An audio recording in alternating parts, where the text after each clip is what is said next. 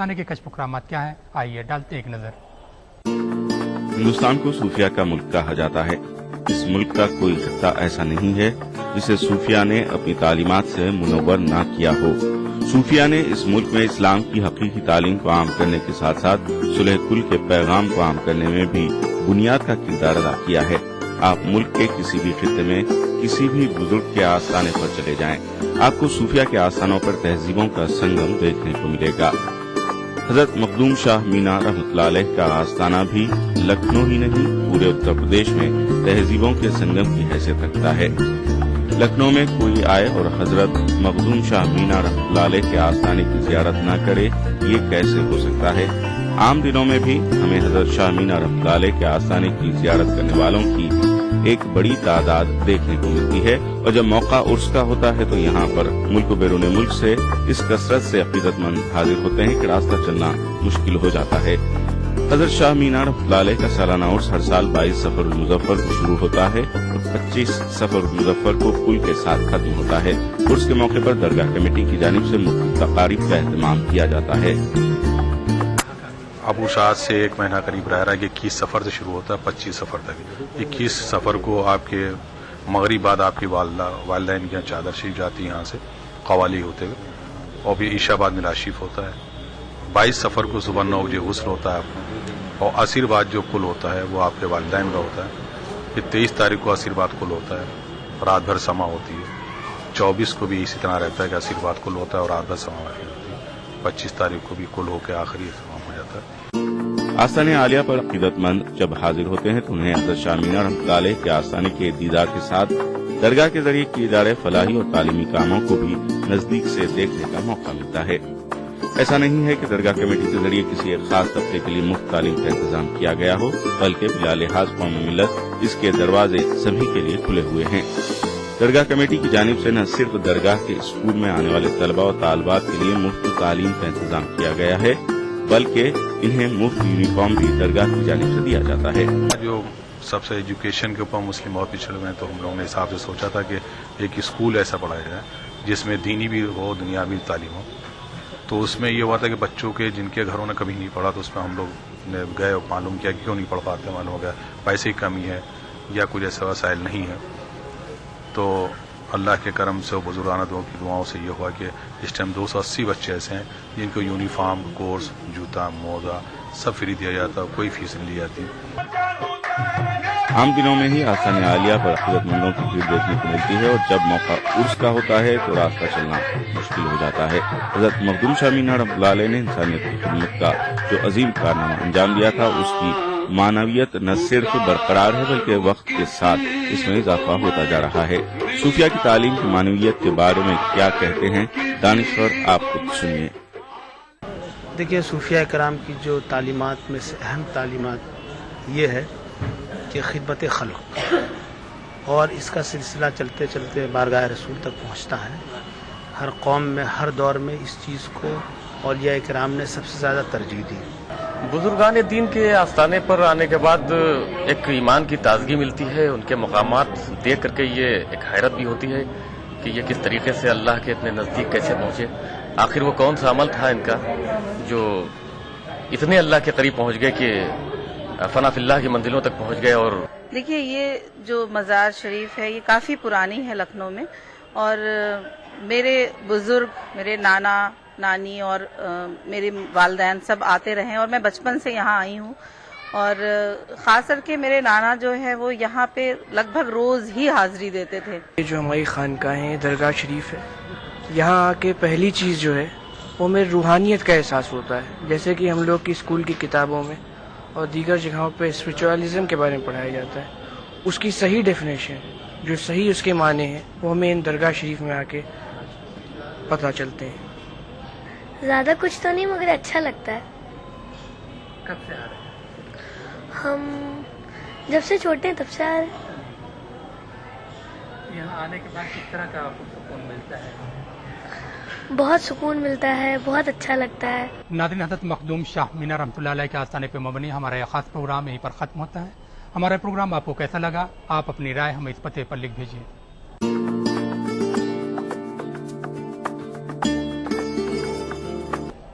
नाज़रीन, हमें उम्मीद है कि आपने हमारा पता नोट कर लिया होगा। अगले हफ्ते इंशाअल्लाह फिर किसी खातिब के साथ आपकी खिदमत में हाजिर होंगे। तब तक के लिए टीम के साथ मेहताब आलम को दीजिए इजाज़त। खुदा हाफिज़।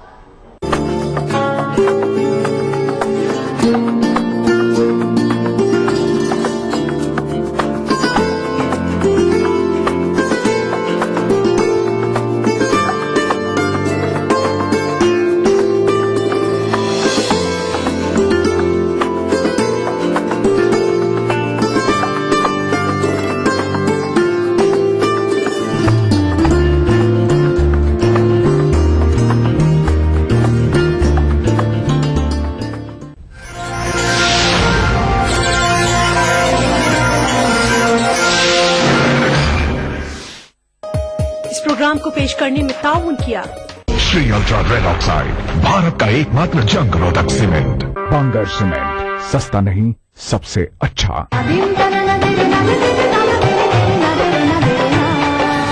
आप देख रहे हैं ईटीवी उर्दू।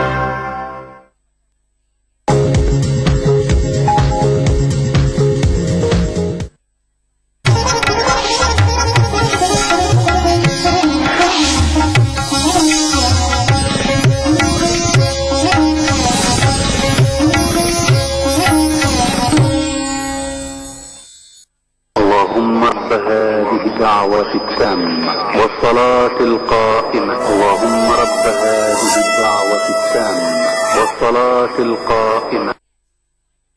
وعتب على أسامة بن زيد لما قتل من نطق بالشهادة حين رأى بارقة السيف، فقال: أقتلته بعد أن قال لا إله إلا الله؟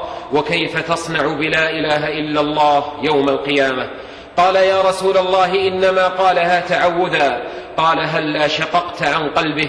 وجعل يقول ويكرر عليه: فكيف تصنع بلا إله إلا الله إذا جاءت يوم القيامة؟ حتى تمنى أسامة أنه لم يسلم إلا يومئذ. وتبرأ صلى الله عليه وسلم مما صنع خالد رضي الله عنه لما قتل في بني جذيمة، وكانوا لم يحسنوا أن يقولوا أسلمنا فقالوا صبأنا، في أمثلة يطول سردها.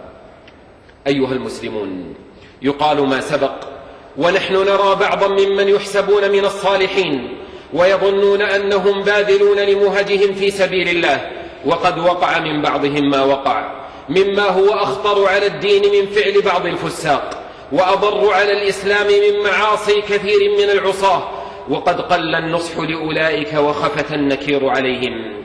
ومن الصالحين من تأول في صمته لئلا يشمت عدو أو يسر فاسق، أو رأى أن مصلحة السكوت أعظم، وقد فاتهم أن الأنبياء عوتبوا وخيار الصحابة كذلك. عباد الله، ومن أخطر المنكرات التي تقع من بعض الناس جريمة تكفير المسلم بغير حق وجريمة سفك دمه، والثانية وليدة للأولى في الغالب، وهما جرمان عند الله عظيمان فيهما ضرر على الدين وأهله، وإساءة مانعة لانتشار رسالة الإسلام وشيوع دعوته، وفساد للمجتمع المسلم. وقد يتوقى بعض الناس الخمر والزنا والربا والكبائر، ثم يمكر به الشيطان فيوقعه فيما هو أكبر منهن، فيكفر مسلما بغير حق. وقد قال النبي صلى الله عليه وسلم في الحديث المتفق عليه: من قال لأخيه يا كافر فقد باء بها أحدهما، أو يقع في دم حرام. وقد قال النبي صلى الله عليه وسلم: لن يزال المؤمن في فسحة من دينه ما لم يصب دما حراما، رواه البخاري. وقال فيما رواه النسائي وابن ماجه: لزوال الدنيا أهون عند الله من قتل رجل مسلم. والله تعالى يقول: ومن يقتل مؤمنا متعمدا فجزاؤه جهنم خالدا فيها وغضب الله عليه ولعنه وأعد له عذابا عظيما. وقد يئست الشياطين من بعض من تمسك بكثير من أحكام الدين وتوقى كبائر الذنوب، ولو أراده الشيطان على درهم حرام لأبى فاستزلهم، فإذا هم يسرعون بتكفير مسلم وسفك دمه، وإذا الدين مصاب بهم والأمة مكلومة بصنيعهم، وإذا صحائف سيئاتهم قد فاقت صحائف من قضى حياته فاسقا، وكانوا كمن قتل الحسين رضي الله عنه ثم سأل عن دم البعوضة، أو من يقتلون أهل الإسلام ويدعون أهل الأوثان. أيها المسلمون، حين يغتال قدر العلماء في نفوس الشباب وتنتقص قيمتهم من صحف وكتاب أو من غلاة ومتنطعين، فإن الشاب ينشأ على فوضى مرجعية، ويتبرع حدثاء الأسنان وسفهاء الأحلام لتنصيب أنفسهم مراجع في الدين فيضلون ويضلون. وإنك لن ترى في الغالب تساهلا في التكفير إلا ويسبقه انتقاص العلماء وتسلط السفهاء عليهم، سواء كانوا غلاة أو جفاه، وهم في الإثم والأثر سواء. إننا نرى بعض الشباب المسلم المحب لدينه والغيور على أمته في العقود الأربعة الأخيرة يكرر أخطاءه ويعيد إخفاقاته، فما إن تتقدم الأمة خطوة إلا وترجع خطوات، ولا تحرز مكسبا إلا وتفقد مكتسبات. وهذا يقع في الغالب حينما تنزل نازلة بالأمة ويعيش تفاصيلها شباب أخيار، فتغلبهم العاطفة ويأخذهم الحماس إلى اتهام العلماء بالتقصير في بيان الحق والتفريط في القيام بالواجب، ويرون تداعي الأعداء على الأمة وتقصير كثير من حكومات العرب والمسلمين، فتنهض منهم طائفة وتنفر أخرى، ويطرح بعضهم الثقة في علمائهم، فتختلف اجتهاداتهم وتتضارب توجهاتهم، وينتج عن ذلك خلل في المسير وسوء عاقبة في المصير. ويسكت عن ذلك الخلل متعاطفون من أهل العلم بحجة قيام أولئك بواجب كفائي قصر فيه من هم أولى الناس بالتصدي له، إلا أن الخطر بينهم ومنهم يكبر، والخير يضمحل ويقصر، وفي النهاية لا أرضا قطعوا ولا ظهرا أبقوا، وربما عادوا وبالا على أهليهم وقد عز عدوهم وقطف الثمرة غيرهم في نتيجة يتحملها الجميع. ونرى اليوم هذا ماثلا في ديار الشام لما بغى عليهم عدوهم وتمالأ معه رفاق العداء للعرب والمسلمين، عجزت أو قصرت غالب الحكومات العربية والمسلمة في إنهاء هذه المأساة، وتعددت المنظمات والأحزاب المقتحمة لهذه الحرب، وانخرط فيها كثيرون من حسن النوايا، ولعبت المخابرات والشياطين لعبتها. وتبين بعد ذلك أن جزءا من الصراع إنما هو بين بعض هذه الجماعات، وأصبح بعضها بيئة خصبة للتكفير والتصفيات، بل إن بعضها جماعات صائدة للشباب الغيور لتجنده عدوا لبلاده القادم منها وحربا على أهله الحانين عليه. وغفل بعض أهل العلم عن بيان حقيقة من يسلك منهم مسلك التكفير واستحلال الدماء في تكرار لمآسي سابقة لم يجف الدم من آثارها ولا الدمع من نتائجها. هذا مع يقيننا بأن بعضهم كان على خير، وهذا يؤكد ويحقق ما حذرت منه هذه البلاد وكبار علمائها من الذهاب بجهل إلى المواقع المجهولة أكثر راياتها والخافية مناهج المنضوين تحت ألويتها. يا أهل العلم، إن الجهاد ذروة سنام الإسلام، ولكن المجاهدين بشر كغيرهم يصيبون ويخطئون، وانتقاد الخطأ في الجهاد ليس انتقادا للجهاد ولا تخذيلا عنه ولا إنكارا لأثره العظيم في حياة الأمة وعزة الدين. يجب البيان بوضوح وعدم التحرج من ذكر واقع خطير يشوه وجه الجهاد الشريف ويضر بالمجاهدين الصادقين الذين يدافعون عن أمتهم وبلادهم. وإننا كما ننكر انحرافات الفساق وتطاول الشانئين للإسلام وأهله، فلننكر الانحراف الآخر المضاد، لأنه الأنكى والأكثر وقعا على الأمة، وحتى تبقى المحجة بيضاء وليكن ذلك برفق وشفقة بلا تصنيف ولا استعداء. واحرصوا على كسبهم فإنهم للخير أقرب. وفي قصة ابن عباس رضي الله عنهما أنه لما ناظر الخوارج رجع منهم 4000، وهذا لا يحدث عادة مع الفساق، وقد قبل الخليفة رضي الله عنه رجوعهم ولم يعاقبهم رغم اصطفافهم لقتاله. وهذا منهج للتعامل مع أهل الشبه ممن لم تتلوث يده بدم حرام، خاصة وأن دافع الأكثر هو الرغبة في الخير. إن من أهم أسباب النصر تنقية الصفوف. وقد قال الله في قوم لو خرجوا فيكم ما زادوكم إلا خبالا ولأوقعوا خلالكم يبغونكم الفتنة وفيكم سماعون لهم. يجب تمييز الحق من الباطل والمجاهد من المخرب والمصلح من المفسد، مع يقيننا أن من يدفع صائلة العدو عن أرضه هناك على خير وفي جهاد، وأن اللوم والإنكار على جماعة تورطوا بهذا المسلك وليس على الجميع. يا شباب الإسلام، إن حسن النوايا وحده لا يكفي في تحقيق حسن العاقبة للإسلام والمسلمين.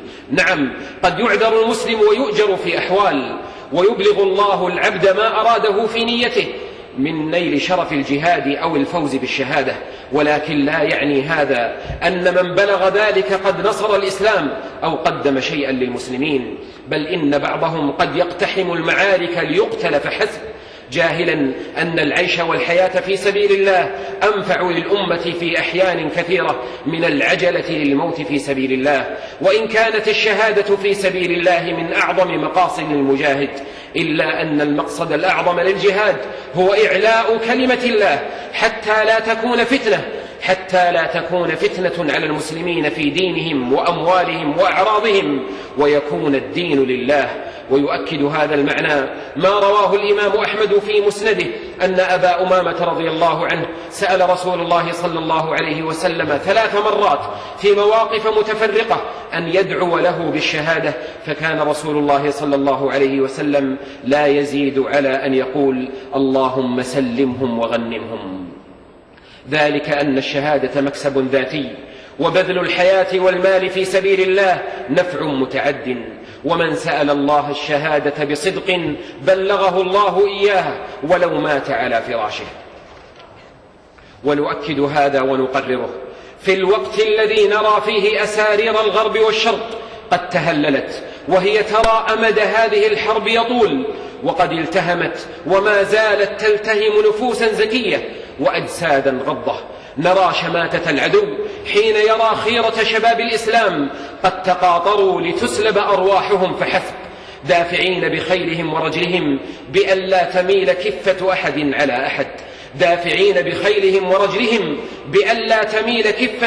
على أحد، لتستمر عجلة الموت بالدوران وقصف الأعمار. وهذا يحتم على الدول المسلمة الدفع ما استطاعت لحسم هذه المعركة، خصوصا وأن الطرف المتسلط الذي بيده إنهاء هذه المأساة لا تعنيه دماء شعبه ولا أرواح بني وطنه، لأنه ليس منهم في حقيقة الحال، لا دينه دينهم ولا الهم همهم، وقد سلط على أهله العجم والأباعد.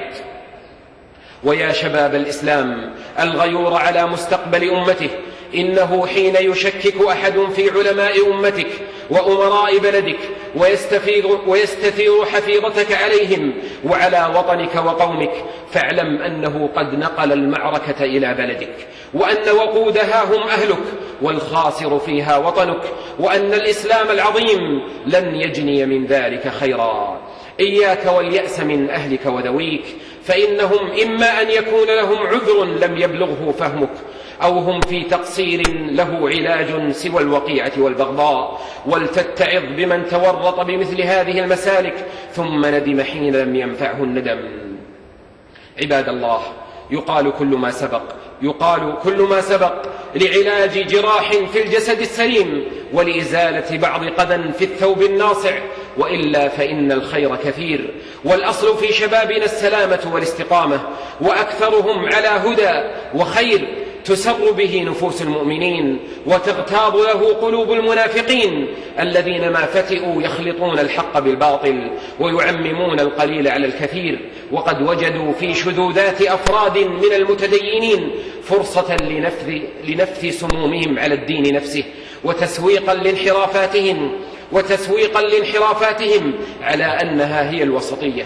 وما حدث ويحدث هو أقدار من الله وتمحيص وابتلاء ليستبين المؤمن من المنافق والصالح من الفاسق ولتخرج القلوب مكنونها ليهلك من هلك عن بينه ويحيى من حي عن بينه ودين الله منصور ليس به إلينا حاجة لننصره ولكننا نحن الذين بحاجة إليه لنعليه ونظهره. اللهم أرنا الحق حقا وارزقنا اتباعه وأرنا الباطل باطلا وارزقنا اجتنابه. اللهم اهدنا لما اختلف فيه من الحق بإذنك إنك تهدي من تشاء إلى صراط مستقيم. بارك الله لي ولكم في الكتاب والسنة ونفعنا بما فيهما من الآيات والحكمة.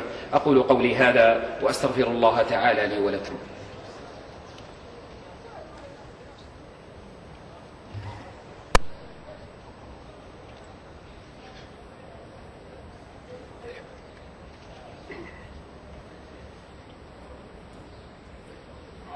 الحمد لله الذي له ما في السماوات وما في الأرض وله الحمد في الآخرة وهو الحكيم الخبير.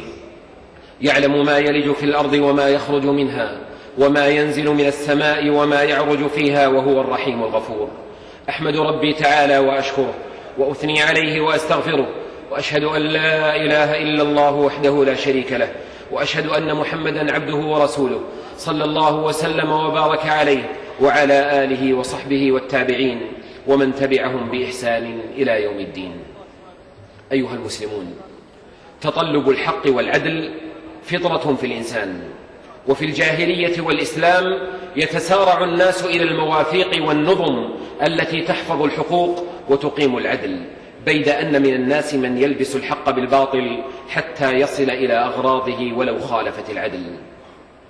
ويلفت النظر في هذا الزمن تسارع الأحداث واضطرابها وسرعة التحولات واختلافها، تحولات في الفكر والمبادئ والسياسات، وتنصل من المواثيق والقيم والمعاهدات.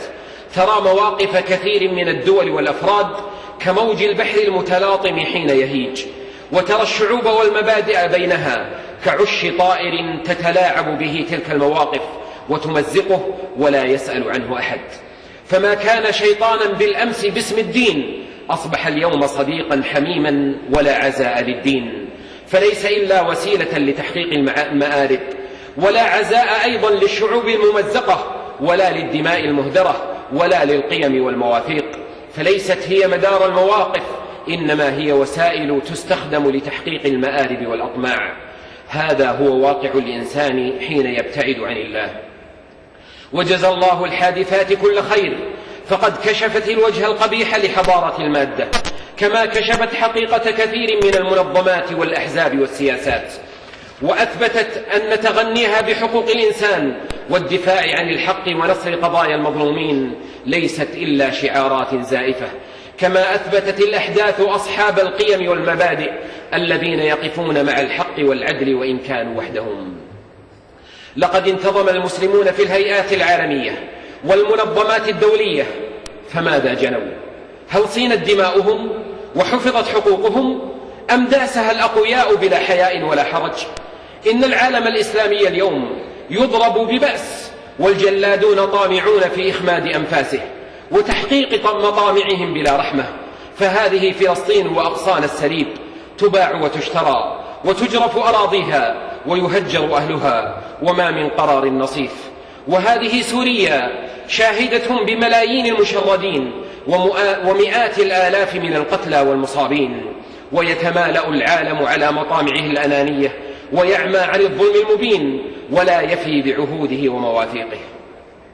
عباد الله، وأمام هذه الأحداث والتحولات لا بد للمسلم من معالم يتبينها وحقائق يتشبث بها وشاطئ يرفأ فيه مركبه حتى لا تغرقه العواصف الهائجة. وليس ركن أشد من الركون إلى الله تعالى والالتجاء إليه والإنابة له ودعائه والتوكل عليه، فنعم المولى ونعم النصير. ففروا إلى الله. إن الإسلام عقيدة وشريعة ومبادئ راسخة يعيش المسلم بها ويحيا لها وينافح لأجلها، وإن مستقبلنا رهن بوفائنا لديننا، وإن للتمسك بالحق أعباء مرهقة يثبت لها المؤمنون ويصبرون على تثبيط الخاذلين وكيد المعوقين والمخالفين. يا أيها الذين آمنوا عليكم أنفسكم لا يضركم من ضل إذا اهتديتم. أيها المسلمون، والمؤمن الصادق لا يهن ولا يتحير ولا يضعف ولا يتردد، لأنه يثق بالله تعالى ويحسن الظن به. ولقد كتبنا في الزبور من بعد الذكر أن الأرض يرثها عبادي الصالحون. ولقد بقي الناس زمانا يلتبس عليهم الحق بالباطل وتستهويهم الشعارات، ولكن سنة الله وحكمته ماضية. ما كان الله ليذر المؤمنين على ما أنتم عليه حتى يميز الخبيث من الطيب، وما كان الله ليطلعكم على الغيب. ولعل في الشدائد تربية على القوة والجلد وصقل معادن الناس والتي ران عليها أثر الترف والشهوات، وعسى أن تكرهوا شيئا وهو خير لكم، والذي نؤمن به مستيقنين أن الله يريد بهذه الأمة خيرا، وأن عاقبتها إلى خير، وإن مسها الضر أو كثرت بها الجراحات، فما أحوجنا إلى الثقة بالله والاعتماد عليه وحسن الظن به مع السعي في الأخذ بأسباب النصر. أيها المسلمون، ومن المعالم الكبرى الاجتماع والائتلاف والبعد عن التفرق والخلاف. إن وحدة الصف مطلب إسلامي عظيم ملح، وأسوأ أنواع التفرق هو التفرق في الدين. ثم الحذر من الشائعات المغرضة والأخبار المرجفة، فهي معول هدم للجماعة وتفريق للكلمة. وكم من كلمة أو تصرف أناني قصر بصاحبه النظر لا يدري أنه وقود يحرق بيته ويؤدي إلى الفوضى والفساد وانفراط الأمن واختلال النظام والاعتداء على الأرواح والممتلكات في حال من الانفلات والعماية. أيها المسلمون، بلاد الإسلام مستهدفة، والفضاء مليء بوسائل الهدم والتفريق، وعلى المسلم أن يتجنب ما يوغر الصدور وينمي العداوات، فليحذر من وسائل الإعلام المغرضة، وليتجنب ما يملأ قلبه غيظا على أهله ووطنه. وقد نهى الله تعالى عن مجالسة أهل الأهواء والشبهات والفساد. عباد الله، وفي لفتة أخيرة عن الشام رواها ابن رجب رحمه الله قال: كان عمر بن الخطاب رضي الله عنه إذا حضر الشتاء تعاهدهم وكتب لهم بالوصية: إن الشتاء قد حضر وهو عدو، فتأهبوا له أهبته من الصوف والخفاف والجوارب، واتخذوا الصوف شعارا ودثارا، فإن البرد عدو سريع دخوله بعيد خروجه. وإنما كان عمر يكتب إلى أهل الشام لما فتحت في زمنه، وكان يخشى على من بها من الصحابة وغيرهم ممن لم يكن له عهد بالبرد أن يتأذى ببرد الشام. انتهى. لقد استشعر عمر الفاروق عداوة البرد لمن هم في الشام في ذلك الحين مع أمنهم ورغد عيشهم. واليوم وقد رحل الأمن عن تلك الديار وخربت البيوت واستبدلت الدور بالخرق والخيام التي لا تقي زمهريرا ولا تضل من مطر، وتكالبت على أهل الشام حروب وتشريد وبرد وجوع وحصار، وخذلهم الكثير، فلم يسعوا لحفظ دمائهم وكفكفة دموعهم، ولم يحسنوا دفع عدوهم الذي بغى عليهم. فلا أقل من بذل الواجب على القادر من المسلمين لأهل الشام من اللاجئين والمستوطنين، خصوصا وقد اشتد كلب البرد وتتابع المطر وغطاهم الثلج بردائه القاتل. فلا أقل على المسلمين من تكفير خذلانهم لإخوانهم ببذل كساء وغذاء يدفع عنهم غائلة الجوع والبرد. يجب على عموم المسلمين بذل ما في وسعهم حتى يكتفوا ويستغنوا، خصوصا وقد جال الموت بين المخيمات بمنجل الشتاء، فتساقط الضحايا من الأطفال والشيوخ والنساء.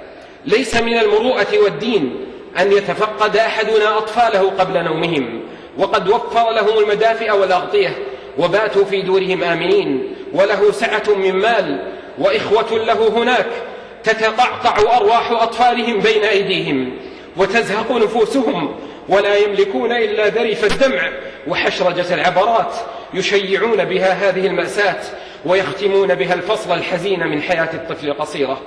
كونوا مع إخوانكم كان الله لكم ولهم، وابذلوا ما تدفعون به عنكم وعنهم البلاء. اللهم الطف بإخواننا فإنك أعلم بحالهم وأرأف. اللهم الطف بإخواننا فإنك أعلم بحالهم وأرأف. عباد الله، صلوا وسلموا على خير البرية وأزكى البشرية محمد بن عبد الله الهاشمي القرشي، اللهم صل وسلم وبارك على عبدك ورسولك محمد وعلى آله الطيبين الطاهرين وصحابته الغر الميامين ومن تبعهم بإحسان إلى يوم الدين. اللهم أعز الإسلام والمسلمين واخذل الطغاة والملاحدة والمفسدين. اللهم أبرم لهذه الأمة أمر رشد يعز فيه أهل طاعتك ويهدى فيه أهل معصيتك ويؤمر فيه بالمعروف وينهى عن